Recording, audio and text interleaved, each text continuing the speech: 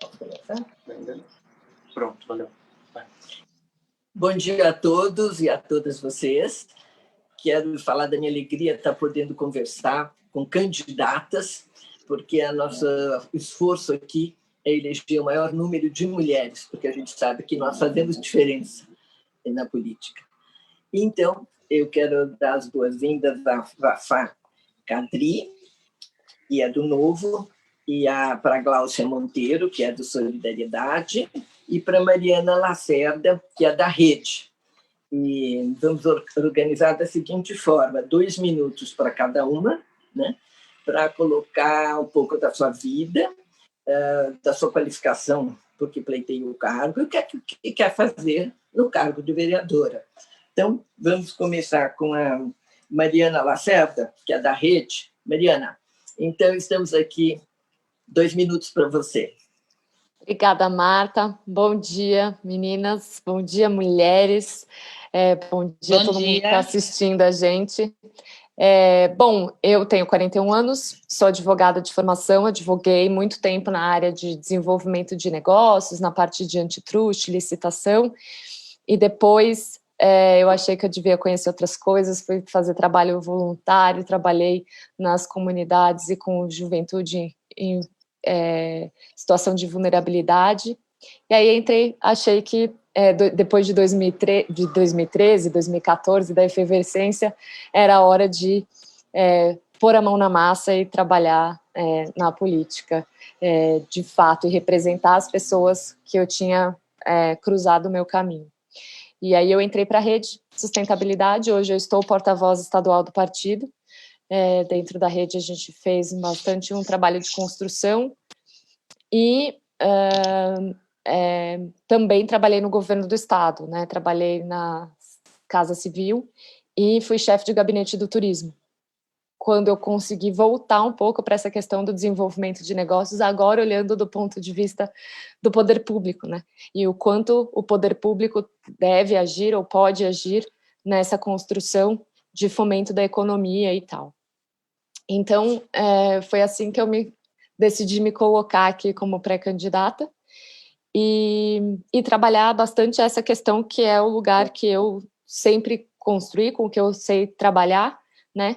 Que é com a concessão de cidadania de trabalho, né? Eu acho que isso que é o importante. A gente muda as formas de trabalhar, mas é importante a gente trazer cidadania para as pessoas e acesso a todo o trabalho. E é por isso que eu acho que eu tenho a contribuir nessa discussão, nesse momento tão grave de pandemia, em que as relações de trabalho foram todas colocadas em xeque aí, quais são os trabalhos e os saberes fundamentais nesse momento e o que a gente quer construir para um desenvolvimento econômico sustentável em São Paulo. Obrigada, Mariana. Agora vamos conversar com a Gláucia Monteiro. A Gláucia é do Solidariedade. Gláucia, isso mesmo. Fala um pouco da tua vida e dos motivos para os quais você acha que tem a qualificação e o que você vai fazer. Tá certo. Então, eu tenho 48 anos, né? Sou funcionária pública municipal, tá? Há 20 anos. 29 anos, faz tempo. E eu sou assistente social de formação, tenho pós-graduação em gestão pública, né? E sempre trabalhei também como voluntária, né? Nessa área social. Conheço muito a área da saúde, já trabalhei na educação também como assistente social, né? E tenho uma organização que eu trabalho como vice-presidente, né? Uma associação na Zona Leste, e que nós já fazemos alguns atendimentos lá, né? E com isso, e você sendo também dessa área do serviço social, você começa a detectar, né, algumas dificuldades que as pessoas acabam tendo. Às vezes são coisas pequenas, mas as pessoas não têm o norte. Então, assim, a intenção é essa. Estou no Solidariedade, né, e quero participar realmente porque o número de mulheres, né, é bem pequeno na política, né, e nós temos uma gama de conhecimento, né, não menosprezando os homens, mas é assim, acabamos tendo mais sensibilidade, né, para estar pegando algumas situações e estar, quem sabe, podendo ajudar e reverter, né? Eu estou na política porque, assim, tem o movimento LGBT, que eu acho que a gente tem que estar focando nisso, né? Eles estão numa situação hoje, no meu entendimento, bem diferenciada, mas nós podemos fazer um pouquinho mais. Muito obrigada. Tá bom por enquanto? Obrigada, depois. Cláudia. Tá bom, amor. Agora quero ouvir um pouco a Wafá Kadri, e é do Novo. Por que você entrou na política, quer entrar agora, entrou como candidata, as suas qualificações e o que você espera fazer? Bom, primeiramente, bom dia a todos. Muito obrigada por essa oportunidade, por essa abertura. Meu nome é Wafá, eu tenho só 23 anos, mas eu iniciei minha carreira muito jovem, né, aos 16 anos. Tudo começou porque quando eu tinha 1 ano de idade apenas, a minha avó, por parte de pai, que era uma libanesa tradicional, resolveu me levar para o Líbano com ela, onde eu passei boa parte da minha primeira infância longe dos meus pais, longe do Brasil. Quando eu retornei para cá, eu tive um choque cultural muito grande, eu tive que reaprender a nossa língua, enfim, tive algumas dificuldades de adaptação. E aí, com 13 anos de idade, eu conheci um professor na escola que fazia trabalho com pessoas em situação de rua. Acabei indo para esse trabalho com ele, eu me encantei, né? Eu senti que aquelas pessoas estavam abandonadas, assim como eu fui. Lógico que não é a mesma coisa, né? São outros contextos, mas eu senti que eu tinha que resolver aquilo de alguma forma. Comecei a fazer esses trabalhos voluntários, né? Voltados a pessoas em situação de rua. Com 15 anos, passei a ser voluntária no GRAAC e também, né, de crianças que eram vítimas de violência doméstica, e passei a trilhar o meu caminho a partir disso e resolvi que eu queria ser embaixadora do Brasil na ONU para resolver todos esses problemas do mundo, né? Porque quando você é mais jovem ainda, você acredita que vai resolver tudo isso pela ONU. E aí eu resolvi que eu queria estagiar em algum consulado, levei o meu currículo, que não tinha quase nada, até o consulado do Líbano, aqui em São Paulo, passei a estagiar lá voluntariamente nas minhas horas vagas. Quando eu passei em Relações Internacionais na PUC, eu decidi que eu tinha que ir para um lugar maior. Enviei meu currículo para o Itamaraty, até hoje eu confesso que eu não sei como eles receberam. Me ligaram, marcaram uma entrevista comigo. Eu cheguei no Itamaraty em um momento de crise, né, onde a Dilma tinha saído, Michel Temer assumido, tinham afastado boa parte dos funcionários terceirizados, então eu cobri uma lacuna na área do cerimonial. Lá eu ficava recebendo e despachando autoridades... A história está interessantíssima, mas você já esgotou seus 2 minutos. Nós estamos todos aqui, queridos. E aí foi isso. Depois do Itamaraty, eu fui trabalhar na Prefeitura de São Paulo com refugiados, depois no governo do Estado, com um projeto de empreendedorismo para as pessoas em situação de vulnerabilidade. Eu tenho esse currículo, é isso. É uma vivência, como você falou, tem 23 anos, mas tem uma boa história. Tem mesmo, uma boa experiência. Eu vou voltar para a Mariana Lacerda e vou perguntar, Mariana, eu vi que você está falando muito de emprego, de criação, a sua experiência também vai nessa área. Como é que você está vendo, Mariana, a questão do pós-pandemia para as pessoas que estão desempregadas e nessa situação tão difícil agora? Eu acho, Marta, que a pandemia mostrou para a gente outras formas de trabalhar. E acho que a gente precisa entender, inclusive a gente já vinha discutindo isso desde o governo Dilma, essa questão da terceirização, da pejotização, e aí agora veio a uberização com tanta força, e a gente precisa abraçar algumas dessas novas formas, regular outras formas e permitir que as pessoas realizem atividades econômicas não necessariamente no modelo tradicional. Mas isso só pode acontecer se a gente tiver cidadania. Eu falo isso porque, para mim, é uma questão até de documentação, sabe? As pessoas se terceirizam e não sabem constituir a empresa da forma correta ou formalizar o seu negócio de uma forma correta, e eu acho que a gente tem diversas alternativas aí, como cooperativas, fazer cooperativas de pequenos serviços. Eu acho que São Paulo tem uma vocação no setor de serviços, São Paulo tem uma vocação bastante grande de serviços para a família, principalmente, né? Aí vai entrar a escola, a gente vai falar disso também mais tarde, e eu acho que esse é o caminho da gente reerguer a economia de São Paulo e a economia sustentável. É interessante, Mariana, que vocês três já se colocaram, mas as três dá para perceber, eu não diria que isso é uma questão feminina,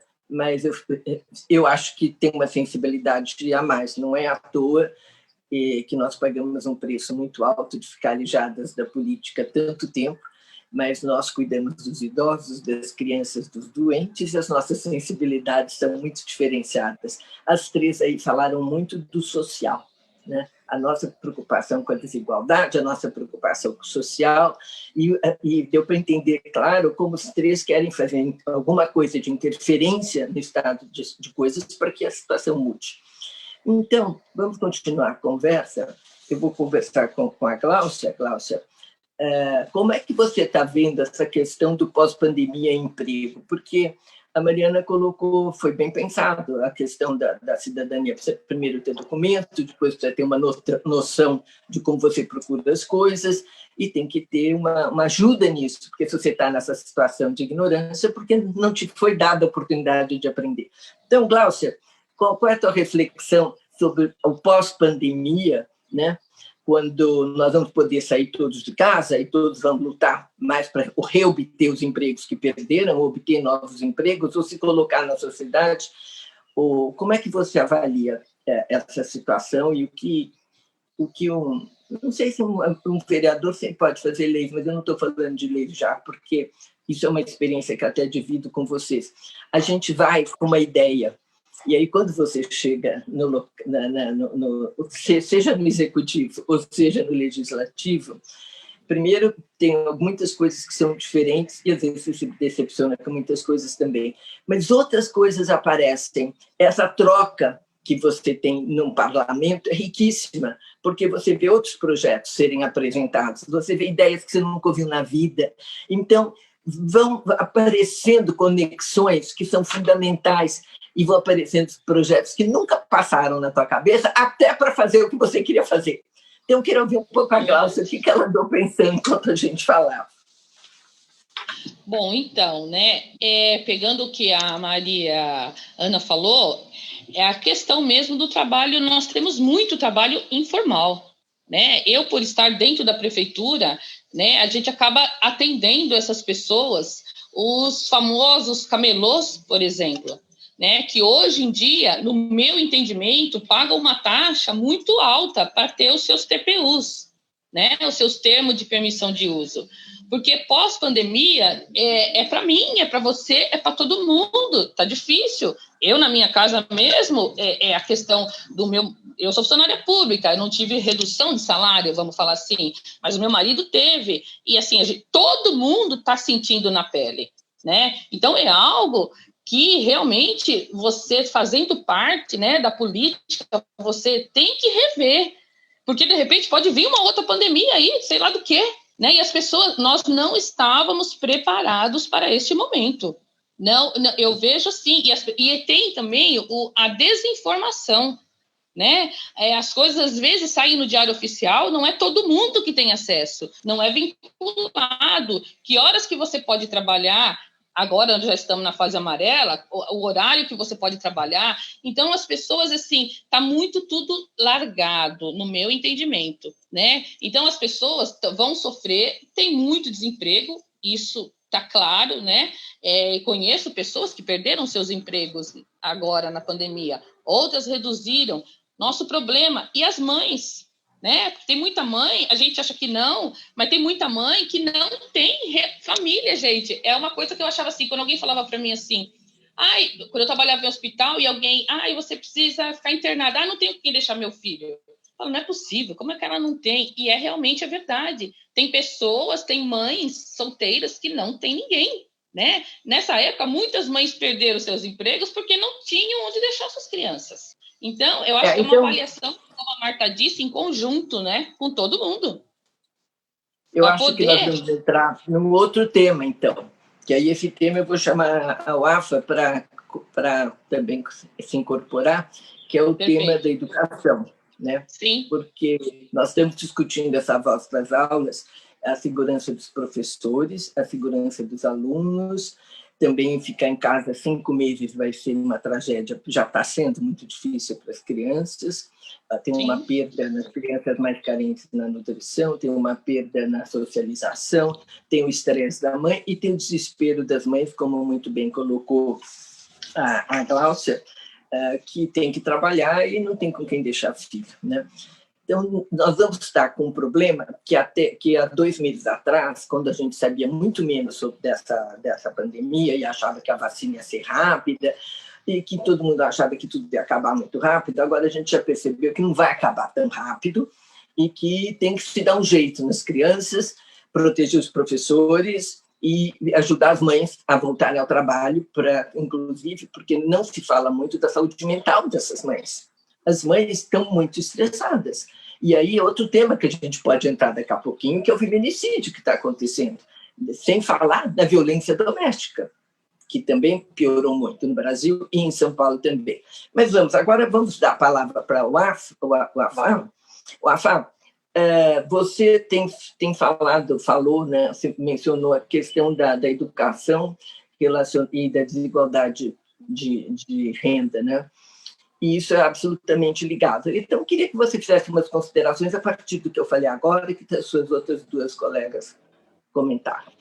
Sim, sobre a questão da educação pós-pandemia, infelizmente, eu que estou aí na rua, igual eu falei recentemente, estou rodando aqui aos 4 cantos da nossa cidade, e o que a gente escuta também é isso, né? São muitas mães que estão em desespero, porque às vezes elas precisam sair de casa, não tem com quem deixar os filhos, e aqueles filhos acabam ficando em casa ou sozinhos ou na rua. A gente também tem uma outra questão aqui, né, que poucas pessoas se atentam, que o homeschooling, né, o aprender em casa é uma iniciativa muito boa, só que a gente tem que lembrar que aqui no Brasil, que é um país extremamente desigual, a gente tem um celular por família, então muitas crianças, infelizmente, ficaram sem acesso às aulas, ou não tem Wi-Fi, ou precisa andar até uma praça que tem um Wi-Fi e não fez isso.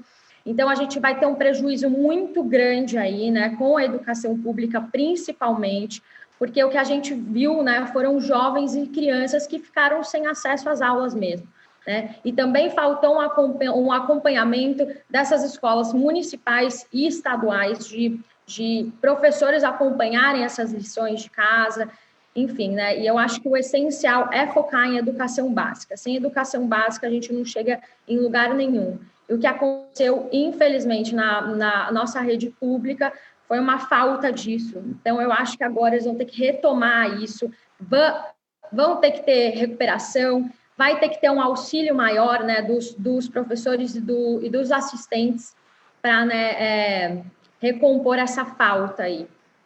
É verdade. Inclusive, se você for pensar, todos estão numa situação difícil, crianças e professores, e nós todos, porque, mas principalmente focando na escola, nós teríamos essa transição para a escola online, né? Não largando a presencial, mas com um aumento considerável, mesmo nas escolas de periferia, seria instalada eventualmente banda larga, seriam dados computadores ou iPads ou celulares para os alunos, tudo isso faria parte de 2, 3, 4 anos, porque é para onde caminha a humanidade, não vai ter volta.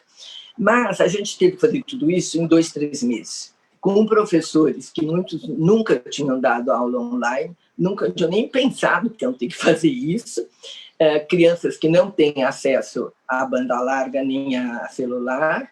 Então, o problema ficou muito grave, principalmente se nós formos pensar que a aprendizagem também implica numa troca. A gente estava falando da troca no parlamento, eu estava mencionando que enriquece muito o parlamentar, né?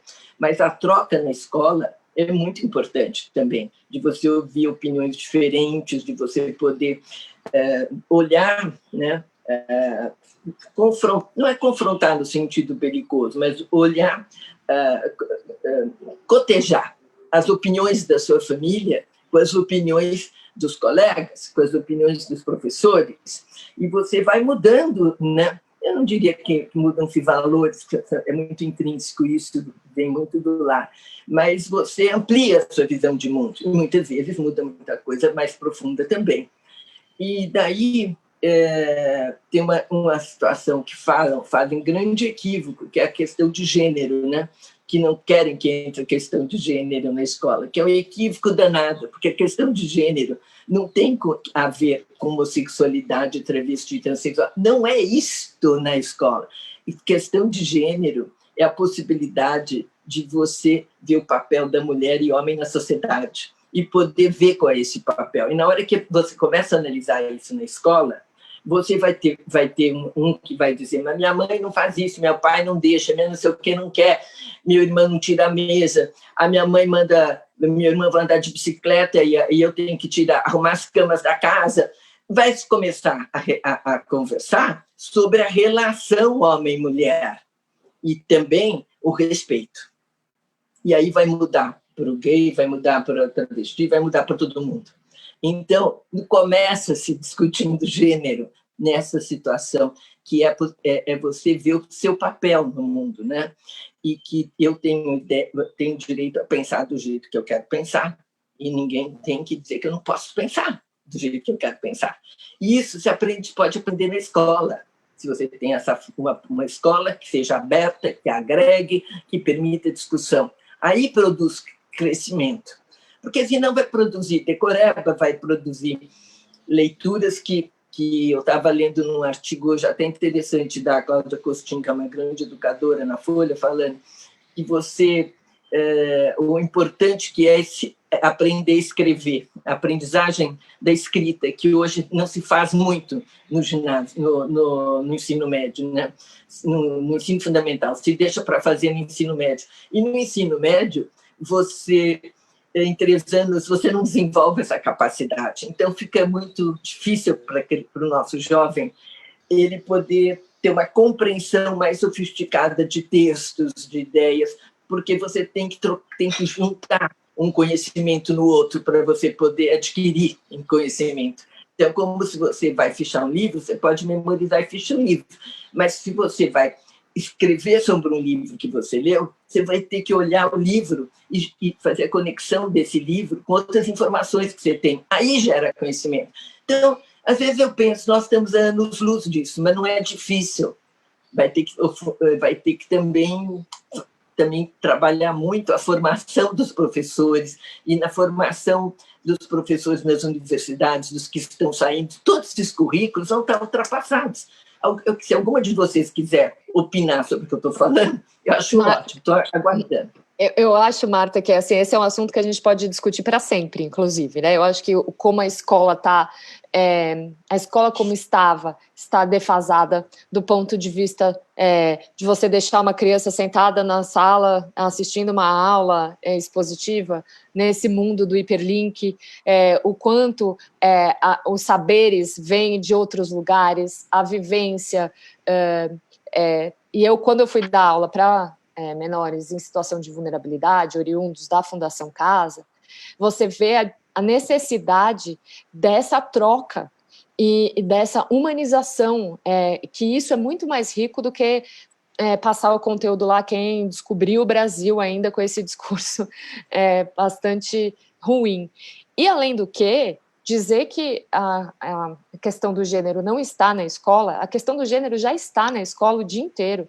Quando a mulher é tida como menos capacitada na aula de matemática ou na aula das exatas, quando a menina é colocada e sobrecarregada para fazer as tarefas da escola e junto às tarefas domésticas, e isso dentro de casa é sempre reforçado dessa forma. Quantos de nós ainda escutam essa história de o homem vai para a escola, a mulher vai casar, né? Esse tipo de Eu vou dar um palpite aí. Eu lembrei uma coisa da minha juventude, depois, quando eu era estudante de psicologia, que eu fui fazer observação em sala de aula e tal, e era incrível. As meninas que falavam ou se posicionavam, elas eram consideradas muito atrevidas, muito oferecidas, muito aparecidas. E os meninos, vai ser um grande líder. Exato. Essa adjetivação, né, é muito ruim. Eu acredito que eu, aos 41, a Wafá, aos 23, a gente teve situações diferentes, mas não muito nesse aspecto, entendeu? Acho que isso então, deixa eu me falar da Gláucia, que a Gláucia tem 48, ela falou. Gláucia deve ter tido mais dificuldade em se posicionar e eu vi que ela está na pós-graduação, que ela faz isso, faz aquilo, do que vocês duas também, né? Porque vocês são de uma geração que foi mais fácil. Ainda não é, não, mas foi mais fácil. Vamos lá, Gláucia, o que você gostaria de dizer das suas dificuldades enfrentadas como mulher? Então, olha, graças a Deus, eu tenho uma família muito boa, vamos falar assim, né? Então, assim, lógico que eu sempre ajudei minha mãe, eu sou a mais velha, né? Eu tenho uma diferença para minha irmã mais nova, de 9 anos. Mas ouvindo vocês falarem aí, eu lembrei de uma coisa, eu não sei andar de bicicleta. Olha que interessante. Por quê? Porque eu não tive bicicleta, né? O meu irmão teve 2 bicicletas. Então, pensa na coisa. Então, a bicicleta é para o menino, né? Mas não que meu pai, assim, talvez eu também, meu pai me daria uma bicicleta, mas essa semana eu falei para meu marido, eu queria tanto uma bicicleta, mas eu tenho vergonha porque eu não sei andar. Ele falou, não, eu compro para você, eu te ensino. Porque, assim, se a gente for ver, a bicicleta é para o menino, a boneca é para a menina. Eu não fui muito de brincar de boneca, não gosto muito de boneca. Mas é assim... Mas, Glaucia, olha que interessante que você está falando. Bicicleta, você tem que sair da tua casa para andar de bicicleta. Você não anda de bicicleta dentro da casa. Então, vai para o mundo. Você fica em casa, você vai cozinhar, vai ajudar a mamãe, vai... E a gente com a panelinha. Isso mesmo, entendeu? Então, podem assim, entrar as outras, se quiserem palpitar. Hoje eu tenho um menino, né? Um filho de 16 anos. E eu saio para trabalhar, a louça da janta e do café é ele que lava para mim. Tá? É assim, às vezes não quer muito, mas por outra questão, porque tá jogando videogame, assim. Mas assim, eu acho que assim, tudo tá para todos. Dá para você ser homem e lavar uma louça. O meu pai, eu não fui lá hoje, mas hoje é sexta-feira, o meu pai tá ajudando minha mãe a limpar a casa.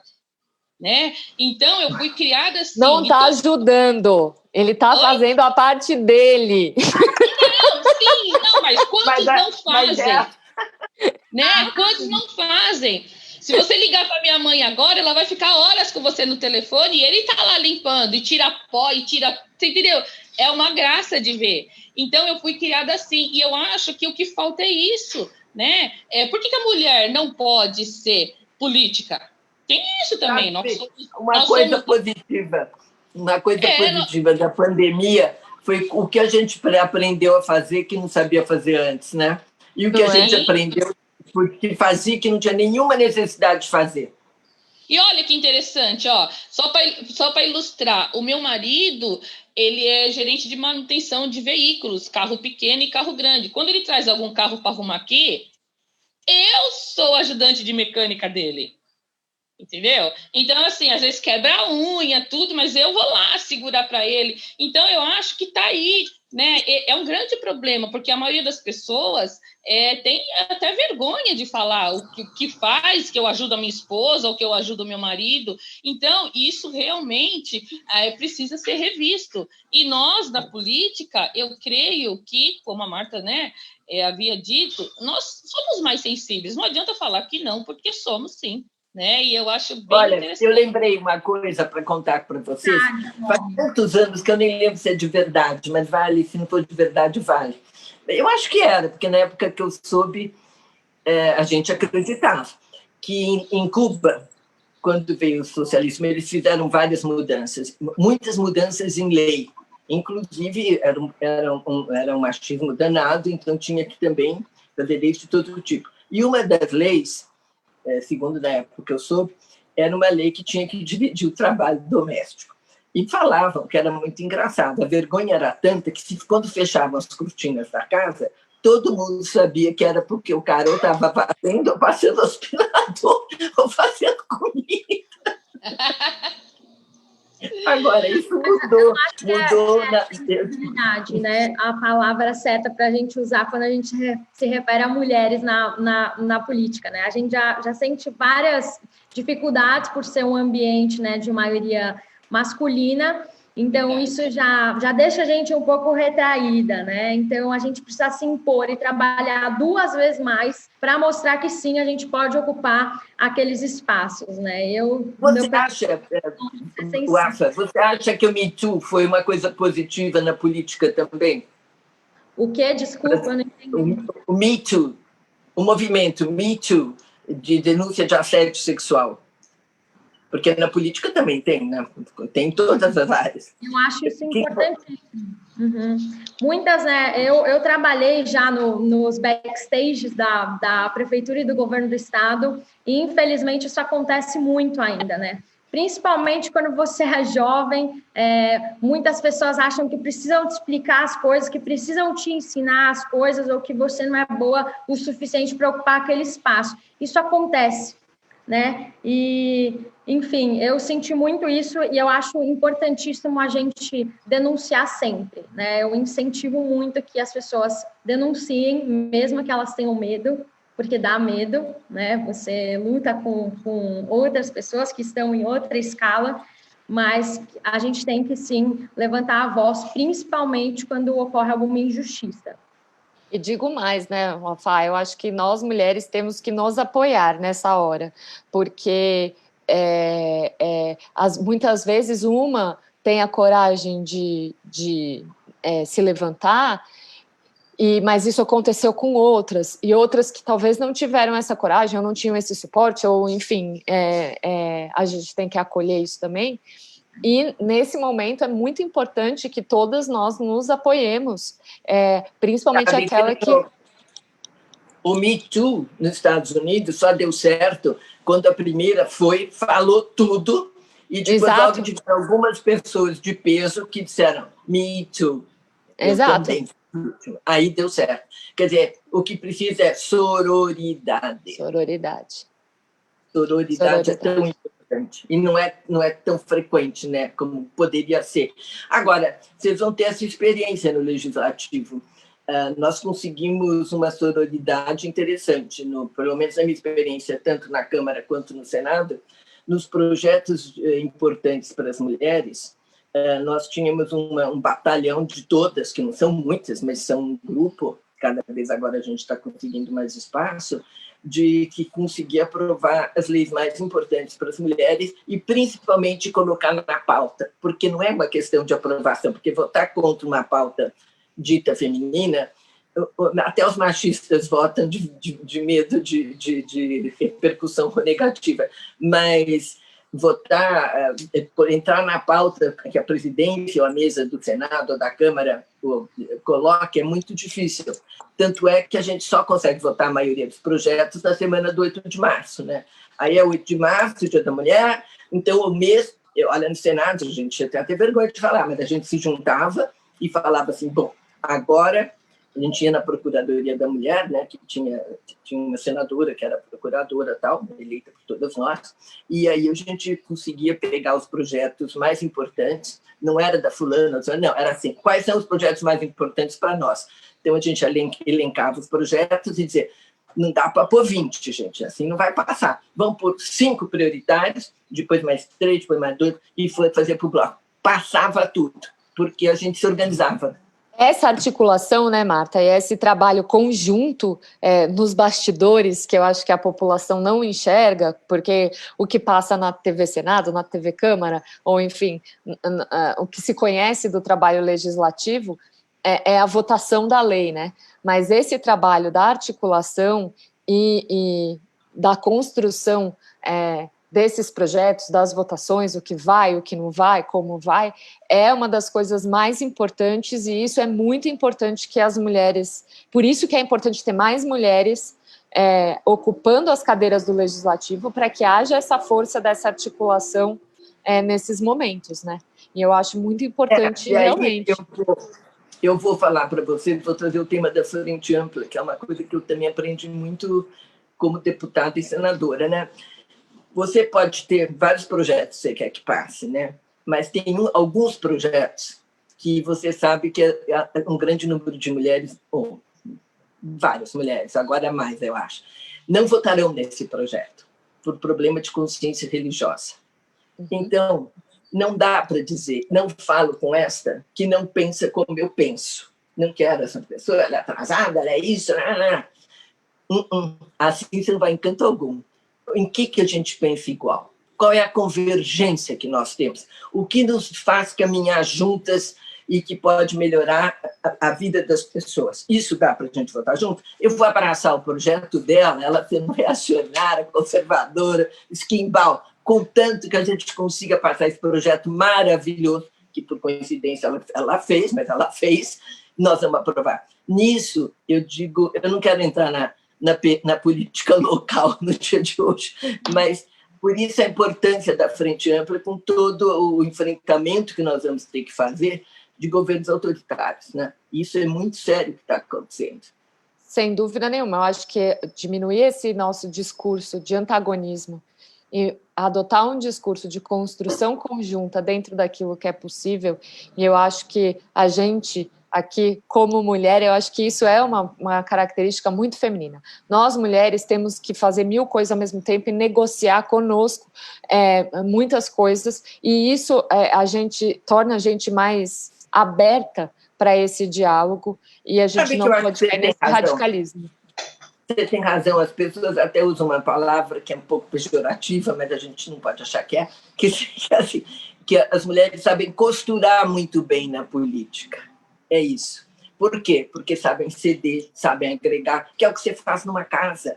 Quando você quer harmonizar, que geralmente foi a tarefa de séculos da mulher, harmonizar, nós somos boas nisso.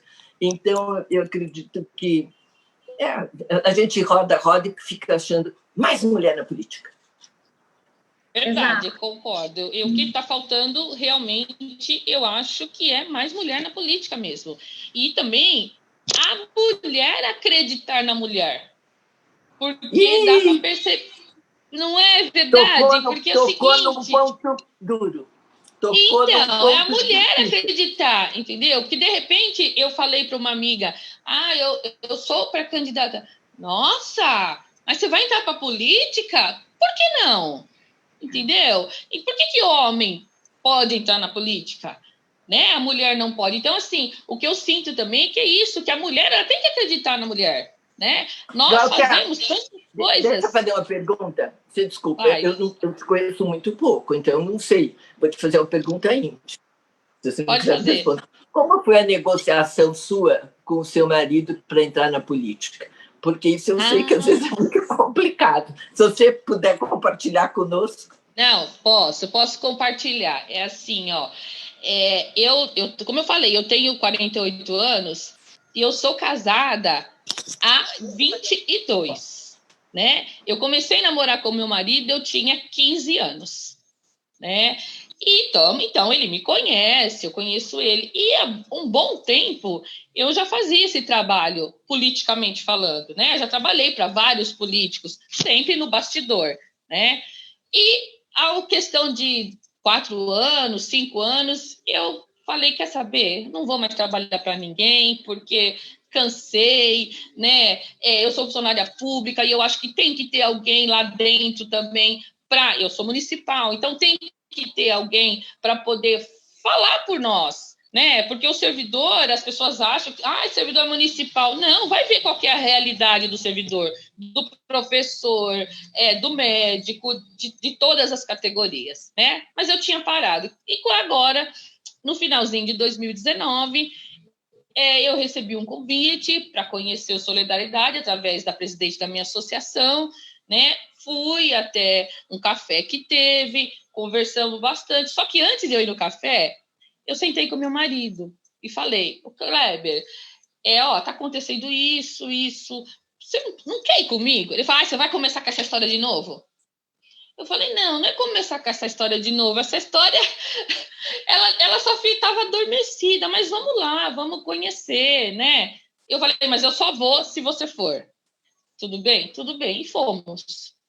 E, para minha surpresa, ele gostou do ambiente que nós estivemos, né? Ele teve uma conversa muito produtiva, né, com o deputado. Então, é assim, e saímos de lá com um pré-convite, vamos falar, para mim pensar na ideia de vir a ser pré-candidata, e no caminho já vim conversando com ele, né? Porque não dá também para você fazer um tipo de trabalho desse se você não tiver seu marido do seu lado. Não dá. É muito duro. Dá, mas você se separa. Sim, eu ia falar isso.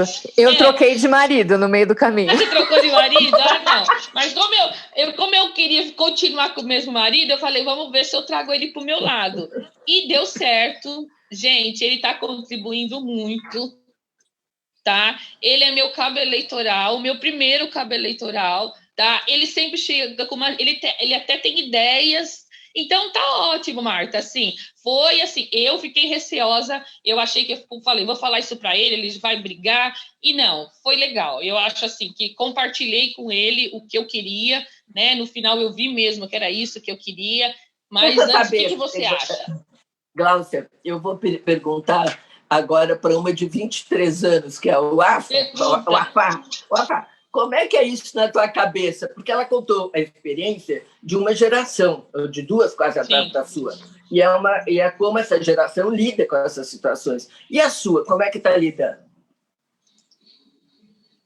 Então, graças a Deus eu não sou casada, sou super jovem, né, sou solteira, mas eu tive muita dificuldade. Quando eu resolvi que eu ia sair mesmo como pré-candidata a vereadora, a minha família inteira achou que eu estava brincando, né? Principalmente um lado que é mais tradicional, que nunca imaginou que eu ia colocar minha cara a tapa, que sempre me criou acreditando que agora já era para eu estar com um namorado, que já era para eu estar casando.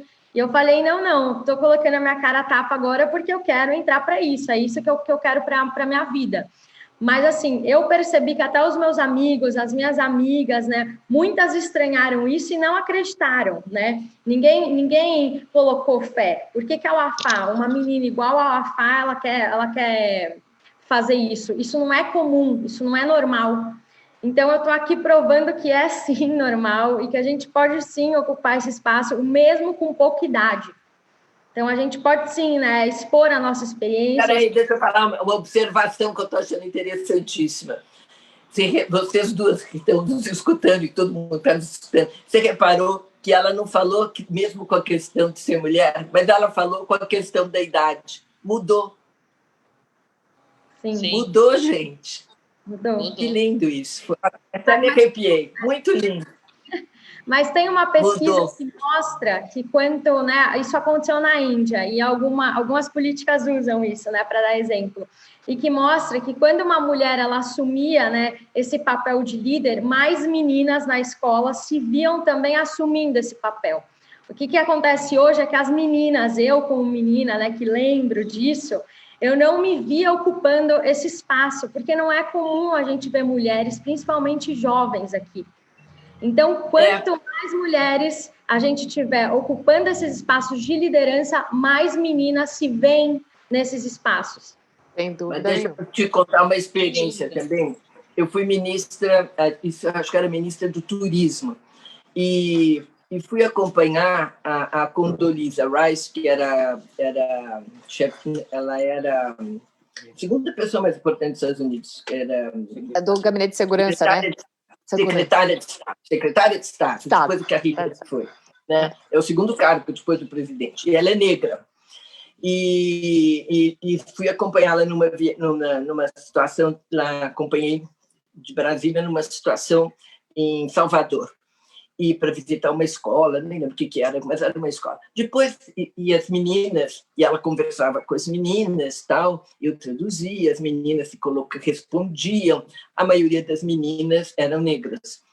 E aí ela foi embora, acabou tudo, eu acompanhei e tal, e aí eu virei para uma menina jovem, vai ter 13, 14 anos, e eu perguntei, o que você achou? Ela falou assim, eu achei linda, eu tenho que me espelhar agora. E eu fiquei, na hora, foi um choque para mim, porque eu era mulher e ela não estava se espelhando em mim e não iria nunca se espelhar em mim, loura de razão. Nunca.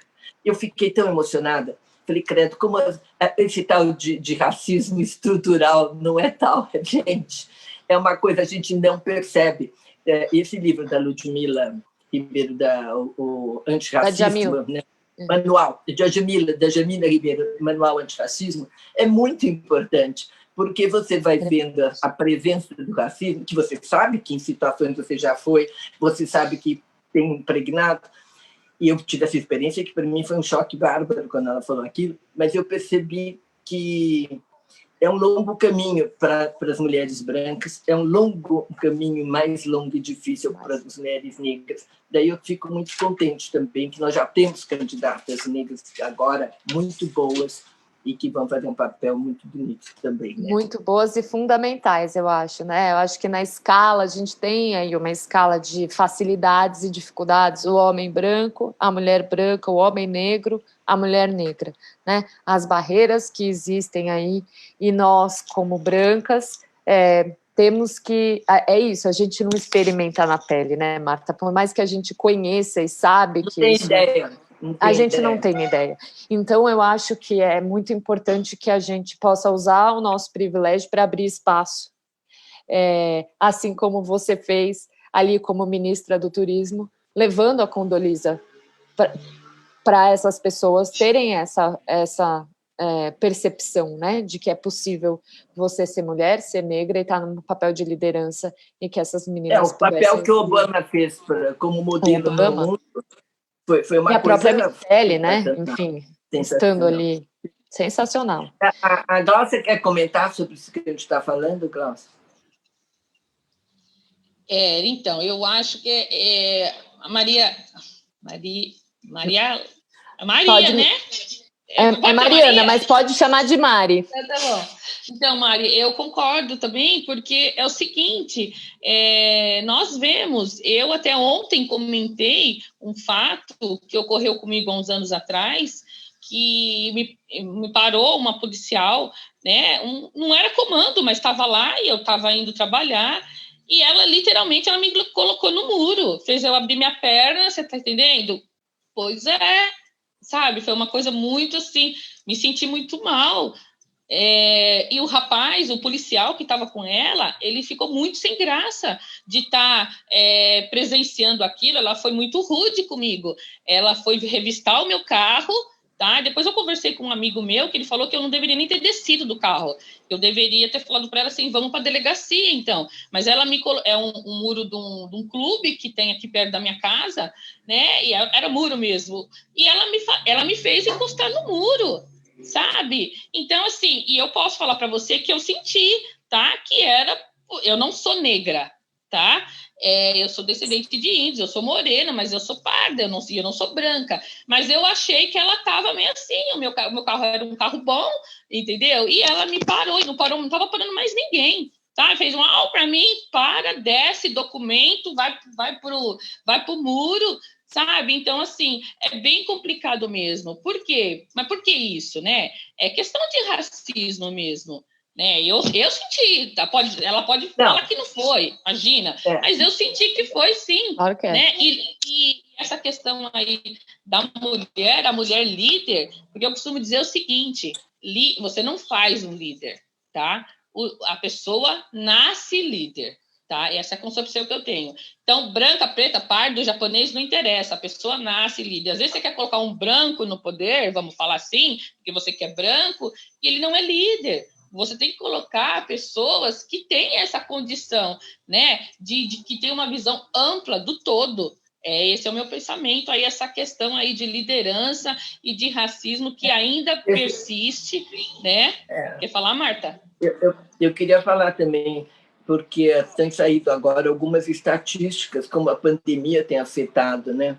Tem afetado Sim. muito mais em mortes a periferia, afetado as mulheres, afetado os negros da periferia. Então, a sobrevivência de uma pessoa que nasce num bairro como Moema, ali do lado de Ibirapuera, uma pessoa que nasce em Cidade Tiradentes, a idade que morre, ou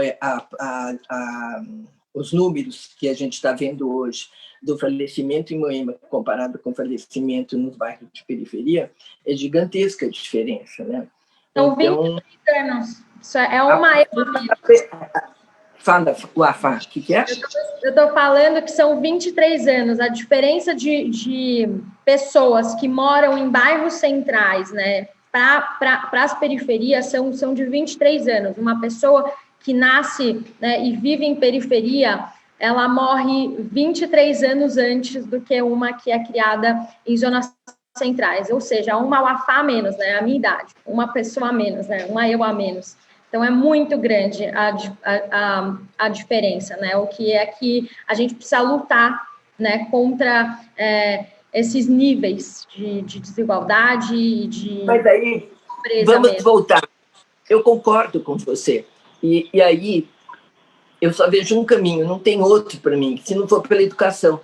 Porque tem que começar na creche, tem que começar com o acesso à creche, com a alimentação, a estimulação, e a mãe poder sair também, porque mesmo que ela vá fazer um trabalho que não seja um trabalho de aprendizado, ela vai aprender, ela vai conviver, ela vai ter outra visão do mundo, ela vai, de alguma forma, ter uma contribuição mais diferenciada. Então, nós vamos ter que focar muito nessa questão da aprendizagem, da formação de professor, né? E como vai ser essa formação de professor se não seria possível, né, governos de estados, prefeituras, fazerem cursos específicos agora para o professor do século XXI, que já se formou, quer dizer, a tal da operação, a educação continuada, mais do que nunca ela tem. E não é para quem quer, vai todo mundo ter que fazer, porque senão nós não vamos conseguir dar esse salto. Não, verdade, Marta.